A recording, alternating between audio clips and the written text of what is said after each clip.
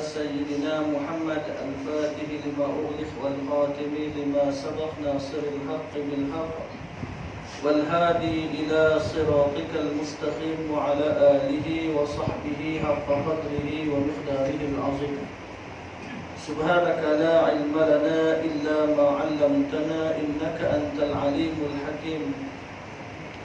رب اشرح لي صدري ويسر لي أمري واحلل عقدة من لساني يفقه قولي. أما بعد.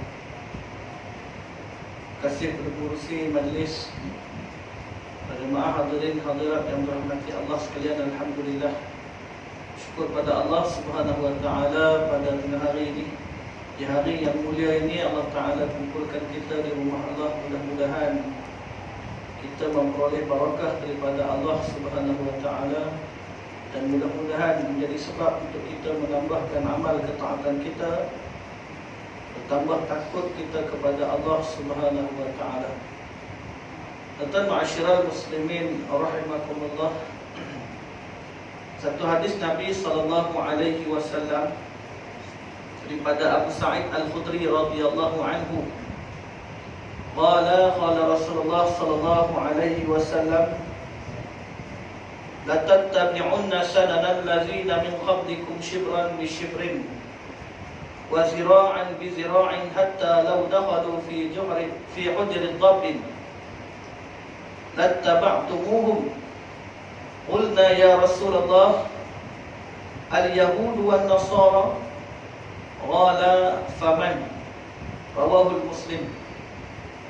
Artinya daripada Abu Sa'id Al-Khudri radhiyallahu anhu, katanya Nabi sallallahu alaihi wasallam bersabda, kamu semua akan mengikut jejak langkah umat-umat sebelum kamu, sejengkal demi sejengkal, sehasta demi sehasta, sehingga kalau mereka masuk ke lubang dhab, lubang bewok sekalipun, kamu tetap akan mengikut mereka. Kami bertanya, ini para sahabat bertanya pada Rasulullah, adakah mereka itu Yahudi dan Nasrani? Sabda Nabi sallallahu alaihi wasallam, siapa lagi kalau bukan mereka? Hadis riwayat Muslim, hadis 2669. Sedikit huraian hadis berdasarkan pada apa yang Nabi sebut pada hadis ni. Hadis ni meramalkan apa yang akan berlaku pada umat Islam di akhir zaman. Apa yang berlaku Nabi dah sebut dah, semua berlaku belakang. Maka hadis ni pun antara yang Nabi sebut sebagai satu mukjizat. Nabi sebut benda ke depan, sebelum berlaku benda Nabi sebut dah. Pasal Nabi ni apa yang dia sebut semuanya daripada wahyu Allah. Jadi hadis ni meramalkan apa yang berlaku pada umat Islam di akhir zaman, maksudnya pada kita ni lah. Mereka yang akan mengikut umat Islam akhir zaman ni akan mengikut jejak langkah Yahudi dan Nasrani, sikit demi sedikit, sehingga ke lubang biawak pun mereka akan mengikut kedua-dua golongan, ikut Yahudi dan Nasrani. Dan Yahudi dan Nasrani pun mereka akan cubalah usaha yang pasti, nak memastikan setiap orang Islam khususnya mesti ikut cara mereka. Macam kita baca dalam Quran ya, lan tarda ankal yahud walan nasara hatta tattabi'a millatahum. Umat Islam, orang-orang Yahudi dan Nasrani, mereka takkan sekali-kali redha dengan orang Islam ni sampai kita ikut mereka. Jadi maknanya apa? Mereka akan usaha agak. Kita pun tahu dah, tapi hak yang dia ikut pun banyak. Jadi Nabi sebut dalam hadis ni, Yahudi dan Nasrani akan berusaha sedikit demi sedikit, sehingga umat Islam ni akan ikut mereka sampai ke lubang bewok pun.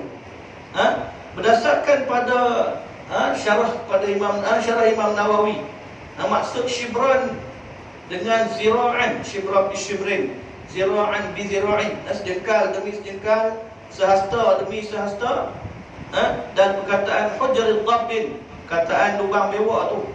Ni kata Imam Nawawi merupakan satu tamsil atau perumpamaan, dipanggil analogi lah, analogi daripada Nabi SAW menunjukkan permuafakatan yang rapat dengan idea-idea ataupun cara-cara pemikiran mereka. Mana umat umat Islam maknanya apa? Idea-idea yang dibawa datang oleh Yahudi dan Nasrani. Cara pemikiran yang dibawa oleh Yahudi dan Nasrani, banyak umat Islam yang terima. Mana bersetuju dengan apa saja bentuk maksiat yang mereka rancang supaya umat Islam buat, maka umat Islam akan ikut. Itu tanda kata apa? Shibran bi shibrin, zira'an bi zira'an. Mereka atok macam mana nak bagi umat Islam ni jangan dia ikut cara hidup Islam. Mereka buat macam-macam cara. Dan yang kita peliknya, kenapa umat Islam tahu dalam keadaan yang tahu tu masih lagi mengikut apa yang telah dirancang oleh puak Yahudi dan Nasrani. Khususnya dalam masalah pecah belah ni lah. Umat Islam berpecah belah, hak ni memang antara yang mereka impikan. Yahudi dan Nasrani, mereka duk tengok dah berapa kali dah perang salib. Perang salib yang kalau umat Islam bersatu, ada penyatuan umat Islam, mereka akan rasa mereka lemah. Walaupun berbeza mazhab, maka mereka buat cari jalan supaya apa? Umat Islam ni berpecah. Tianglah macam-macam cara usaha untuk nak bagi umat Islam ni pecah. Mereka bina dengan apa? Cara hak mazhab tu satulah. Taksub mazhab ni memang ulama-ulama nak bagi mudahkan kita. Tapi oleh kerana apa? Kerana taksub yang keterlaluan, yang terlalu melampau, yang akhirnya apa? Jadi sebab kepada perpecahan. Taksub yang sampai melampau-lampau sangat. Sampai menuduh orang kafir. Kalau jelas-jelas hukum kekufuran tu lain kan. Ini memang tak perlu sampai kita mengkafirkan orang. Tiba-tiba kerana sampai mengkafirkan, jadi sebab kepada perpecahan. Lakulah golongan-golongan.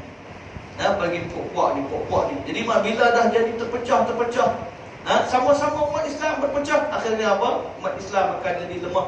Maka itu adalah satu kejayaan kepada orang-orang Yahudi dan Nasrani. Hari ni tengok, dengan sebab apa? Kuasa. Bagi umat Islam ni gila kepada kuasa. Berebut untuk nak dapatkan kuasa, kedudukan. Umat Islam ni berebut, bergaduh-gaduh sesama sendiri. Khususnya hak yang memang fikrah sekular ni. Jadi maknanya apa? Dengan sebab perpecahan itu akan jadi sebab kepada apa? Umat Islam jadi lemah. Nabi Imam Nawawi sebut ni, maknanya apa? Mereka bersetuju dengan maksiat dan perselisihan, tetapi bukan bersetuju dengan kekufuran Yahudi dan Nasrani. Semua umat Islam, kalau tanya, apa setuju tak orang Yahudi, orang Nasrani ni, kekufuran yang dibuat oleh orang Yahudi Nasrani? Kami tak setuju. Tapi dalam bab-bab lain, seolah-olah kita bersetuju dengan perbuatan-perbuatan mereka. Ini hak yang disebut dalam hadis ni, shibran bi shibrin, zira'an bi zira'in. Sejengkal demi sejengkal, sehasta demi sehasta, umat Islam akan ikut jejak langkah Yahudi. Sampai apa? Hujr dhafin. Masa mereka masuk ke lubang mewah, mana benda-benda hak yang tak sepatutnya kita ikut pun kita pergi ikut juga. Didatangkan kepada kita trend-trend yang tertentu. Kalau orang tua dengan cara orang tua, trend-trend cara orang tua. Hak yang orang muda dengan cara orang muda, dia bawa main apa, K-pop lah apa semua. Trend kan. Rambut tutup bilik mata sebelah tu jalan. Sebelah mata lagi nampak. Budak-budak lah cukup suka macam tu. Ikut. Jadi maknanya apa? Inilah apa yang telah dirancang oleh Yahudi dan Nasrani supaya apa? Supaya umat Islam ni jadi lemah. Ini yang mereka harapkan. Kemudian kata apa? Sekiranya kita perhatikan apa yang berlaku di kalangan umat Islam dewasa ini, kita akan dapati memang telah berlaku satu trend di mana umat Islam akan mengikut Yahudi dan Nasrani ini. Umat Islam akan mengikut jejak langkah Yahudi dan Nasrani dalam segenap segi kehidupan mereka, sama ada daripada segi politik, ekonomi, sosial dan akhlak. Akan ikut. Mana persegi politik pun ikut cara Yahudi juga. Ikut cara Yahudi, mana tak mau ikut politik Islam.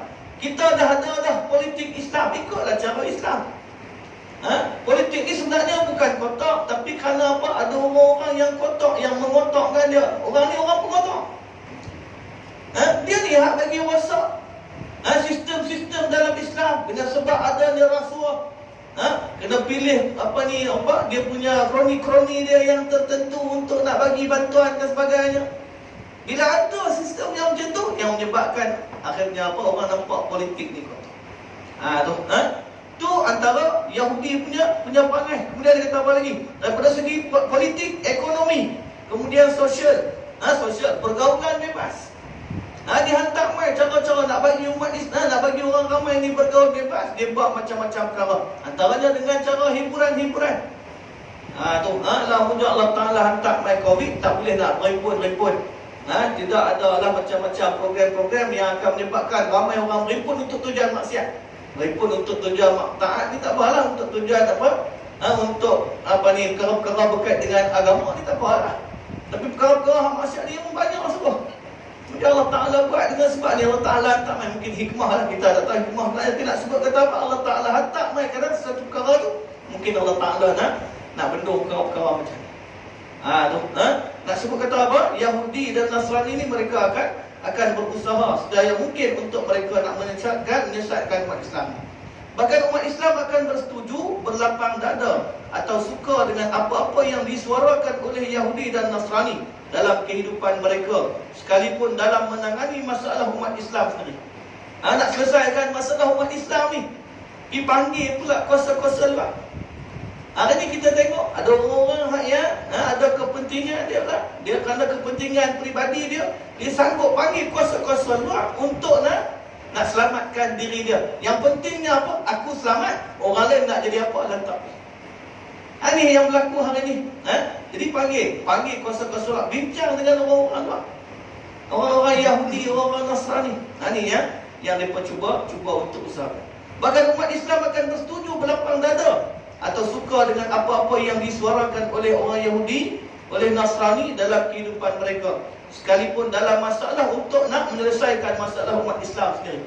Pergaduhan antara umat Islam, patutnya kita selesai sama-sama kita lah. Tak dipanggil pula orang-orang luar. Dalam soal politik umpamanya, orang Islam lebih cenderung mengikut idea-idea politik barat daripada sirah Nabawiyah dan sejarah tamadun Islam. Tak mau ikut sejarah, kita bawa mai sirah, tak mau ikut. Mereka terpengaruh dengan kecanggihan barat dalam bidang politik. Mereka merasa sekiranya mereka tidak mengikut barat, mereka akan ketinggalan dan dipandang mundur. Orang yang tak ikut cara politik barat, cara hidup orang barat, orang tu akan dianggap golongan yang mundur.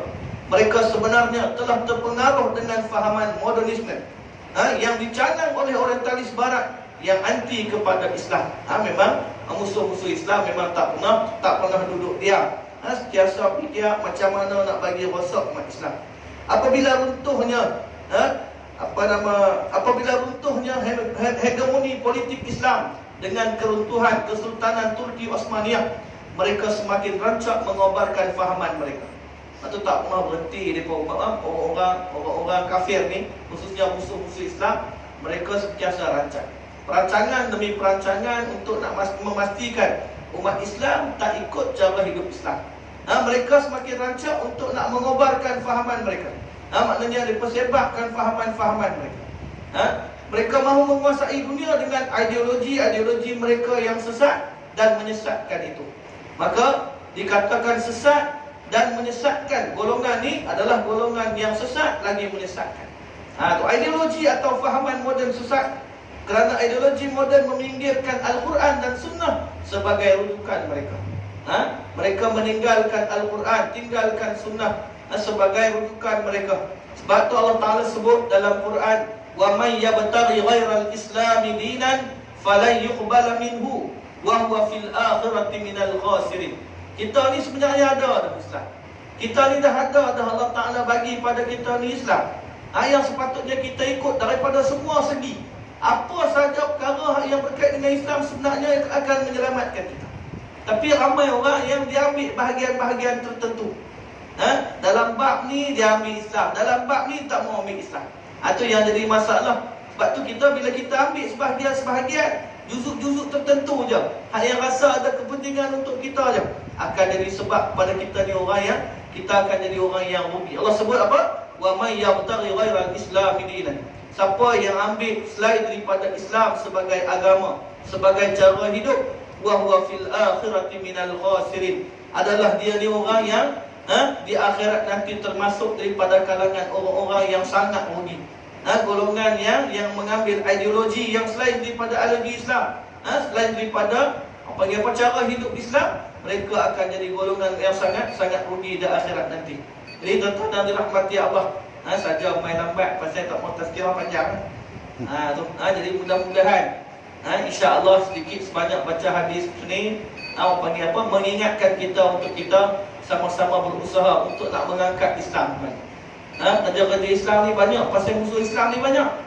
Kerja Islam ni cukup banyak sebab musuh Islam tu banyak daripada atas, bawah, kiri, kanan, depan, belakang.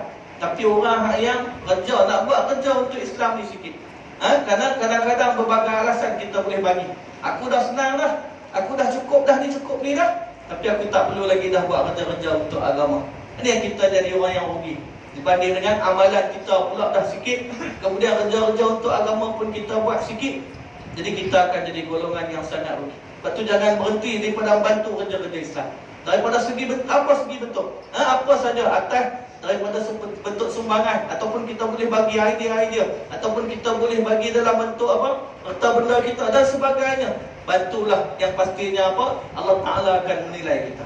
Wa qul i'malu fasayarallahu 'amalakum. Beramallah untuk agama ini, Allah Ta'ala yang akan menilai kita insya-Allah. Tuan-tuan dan rahmati Allah, mudah-mudahan sedikit sebanyak Allah Ta'ala memberkati kita semua dengan apa yang kita dengar insya-Allah. Wallahu ta'ala alam. Aqul qawli hadza. Assalamualaikum warahmatullahi wabarakatuh.